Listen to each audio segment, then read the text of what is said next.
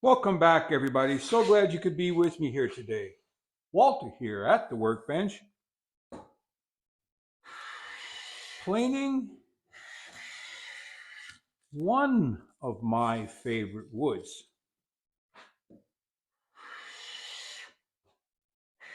Now, my absolute favorite wood is cherry. However,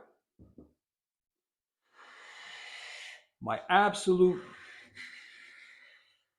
favorite wood to work with is eastern white pine.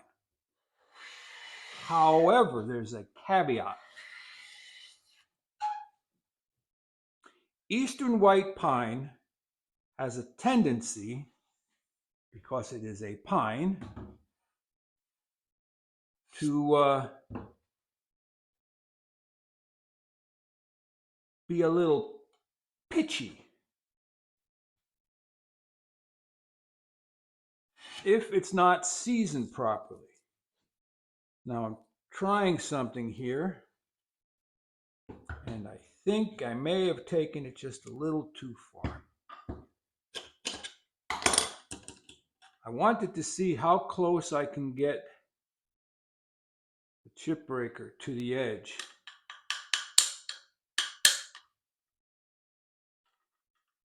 And I think I went just a little too far. So eastern white pine can be gummy or pitchy. And so it can offer some challenges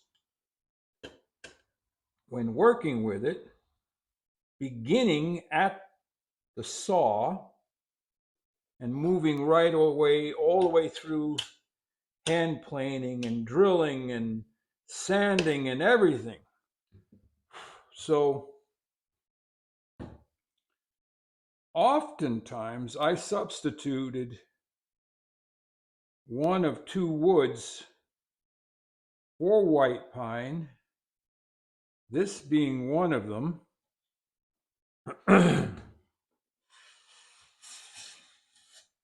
And the other being tulip poplar, which you know I like.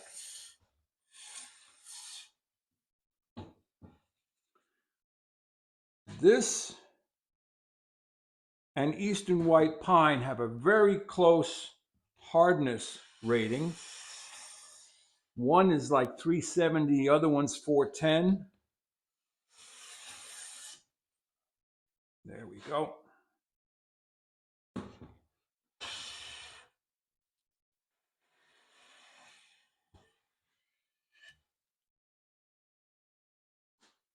So my top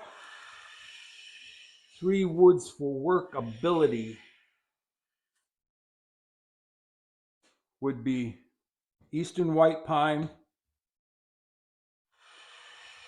tulip poplar, or this lovely white wood known as basswood. Now, there are several types of basswood. They all fall under the, I think you call it the genus of Tilia. There's Tilia cordata, there's Tilia grandifolia, there's Tilia americana. They're all basswood.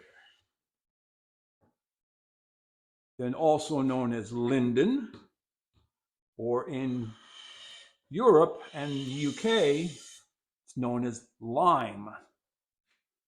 Now, there is a difference in lime wood, predominantly from the UK, possibly from Europe as well. You see how nice the number 3 is performing?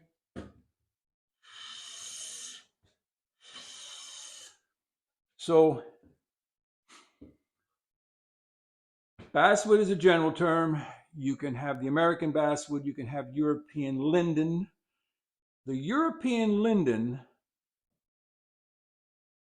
is harder. It has a Janka hardness of like 700, but it has the same coloring, the same fine texture. So when you see some of these carvings that come out of Germany and United Kingdom and France, they have very fine detail because they're a little bit harder and they take a crisp cut when they're carving. Now, as for finishing, it's nothing to write home to mama about.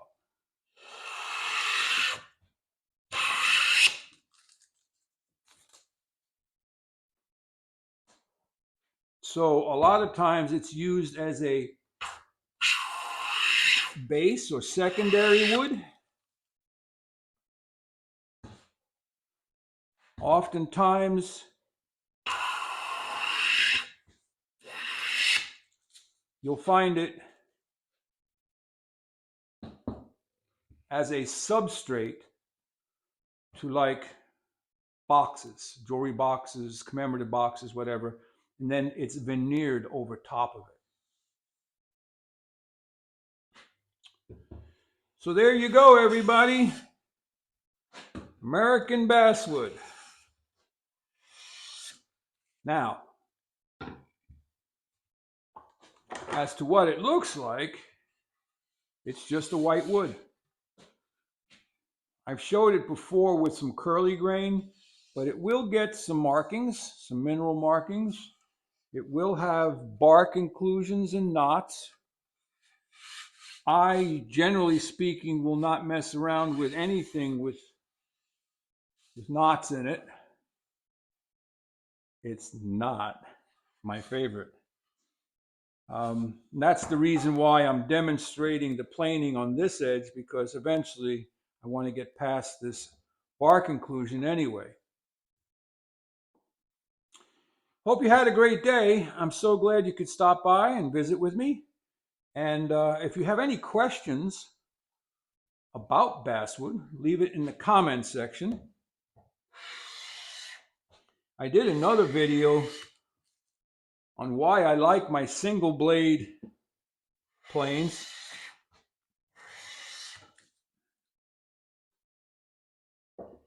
But this plane always amazes me. You see the way it's performing?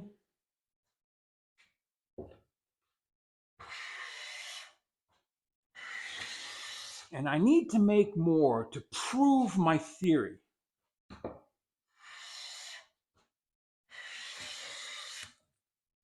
I don't know why this behaves like this. It shouldn't. It's just a blade. There is no chip breaker. It's performing identically. I mean, okay. If I run my hand on that, that feels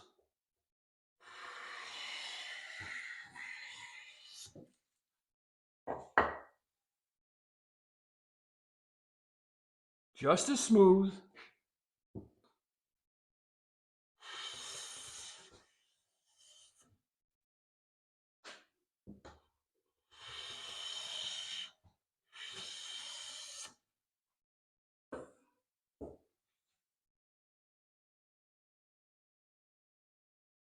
As that.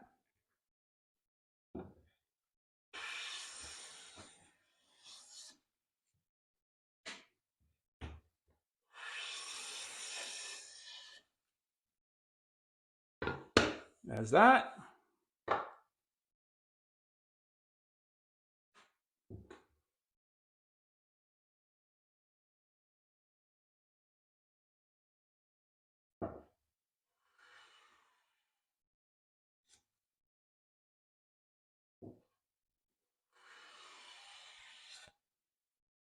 As that. So I don't get it.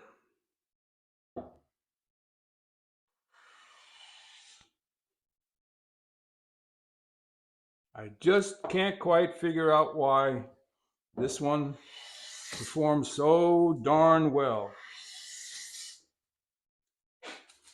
Lucky, I guess.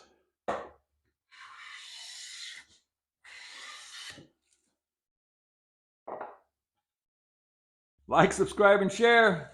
Head out to your shop. Go make some shavings. Walter out.